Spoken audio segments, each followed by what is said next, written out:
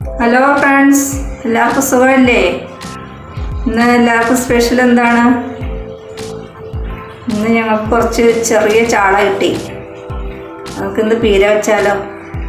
എല്ലാവർക്കും അറിയാം, എന്നാലും ഒന്ന് ഞങ്ങൾ എങ്ങനെയാണ് വെക്കുന്നതെന്ന് കാണിച്ചു തരാം. പീര വയ്ക്കാൻ ആവശ്യമായ 1 കപ്പ് തേങ്ങ എടുത്തിട്ടുണ്ട്, ഒരു 4 പച്ചമുളക്, ഒരു ടേബിൾ സ്പൂൺ മുളക് പൊടിയും 1/2 ടേബിൾ സ്പൂൺ മഞ്ഞൾപ്പൊടിയും. അത് നമുക്കൊന്ന് ക്രഷ് ചെയ്ത് കൊണ്ടുവരാം. ഒരുപാട് അരയുണ്ട്, നമ്മൾ ക്രഷ് ചെയ്തെടുത്തിട്ടുണ്ട്.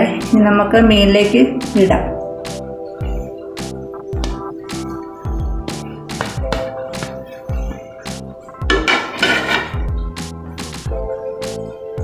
ഇതിലേക്ക് 1 ടേബിൾ സ്പൂൺ ഉപ്പ് ഇടാം. കുറച്ച് ചുവന്ന ഉള്ളി അരിഞ്ഞത്, കുറച്ച് വെളുത്തുള്ളി, കുറച്ച് ഇഞ്ചി, കുറച്ച് വേപ്പില, ഇതെല്ലാം കൂടെ നമുക്കൊന്ന് യോജിപ്പിക്കാം.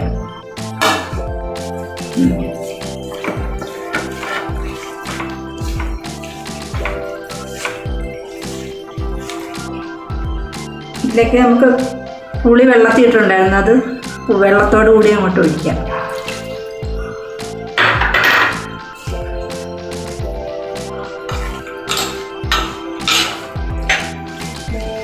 ഇനി നമുക്ക് മൂടി വെച്ച് ഒരു 10 മിനിറ്റ് വേവിച്ചെടുക്കാം. ഒരു മീഡിയം ഫ്ലെയിമിൽ വെച്ചാൽ മതിയേ. ഇടയ്ക്കൊന്ന് പൊക്കിയൊന്ന് ഇളക്കി കൊടുക്കണേ, അടി പിടിക്കാതെ ഒന്ന് ഇളക്കി കൊടുക്കണം. ഈ സമയം ഉപ്പുണ്ടാകുമെന്ന് നോക്കണം കേട്ടോ. ഉപ്പ് കുറവാണെങ്കിൽ കുറച്ച് ഉപ്പ് കൂടി ഇടണം. ഉപ്പുണ്ടാകുന്ന നോക്കാം. കറക്റ്റ് ഉപ്പാണ്. ഇത് കുറച്ചുകൂടെ ഒന്ന് പറ്റട്ടെ.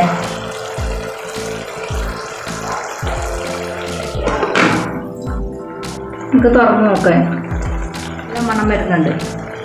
ഇനി നമുക്ക് തീ ഓഫാക്കിയേക്കാം. കറക്റ്റായി. നമുക്ക് ഇതിന് താളിച്ചൊഴിക്കാം.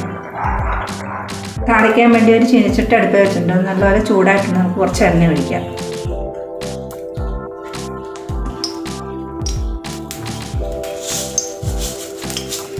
നന്നായി ചൂടായിട്ടുണ്ട്. ഇനി കുറച്ച് കടുകിടാം.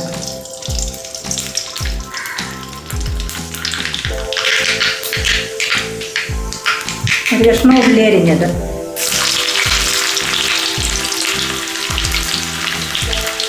കുറച്ച് വേപ്പില,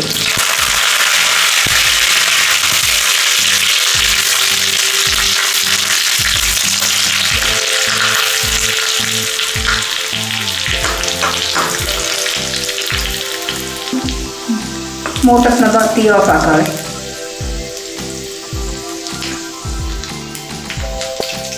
ഇതിലേക്ക് ഒഴിക്കാം.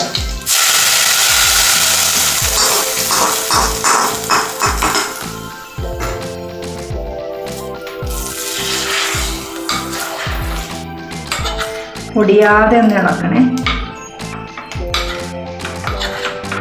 ഒട്ടും ചാറില്ലാതെ നല്ലപോലെ പറ്റിയിട്ടുണ്ട്. ഇപ്പോൾ ചാറ് വേണ്ടവർക്ക് ഒരു ശകലം വെള്ളം ഒഴിച്ചിട്ട് വേവിച്ചാൽ മതി. അപ്പോൾ ഇച്ചിരി ഗ്രേവി കിട്ടും. പീര വയ്ക്കുമ്പോൾ ഇങ്ങനെ ഇരിക്കണം, ഒട്ടും വെള്ളമില്ലാതെ വയ്ക്കണം. അപ്പോൾ ഇന്നത്തെ നമ്മുടെ മീൻ പീര റെഡിയായി. ഇത് ടേസ്റ്റ് നോക്കട്ടെ. ഉപ്പും പുളിയൊക്കെ പിടിച്ചിട്ടുണ്ടാകുന്ന നോക്കാം.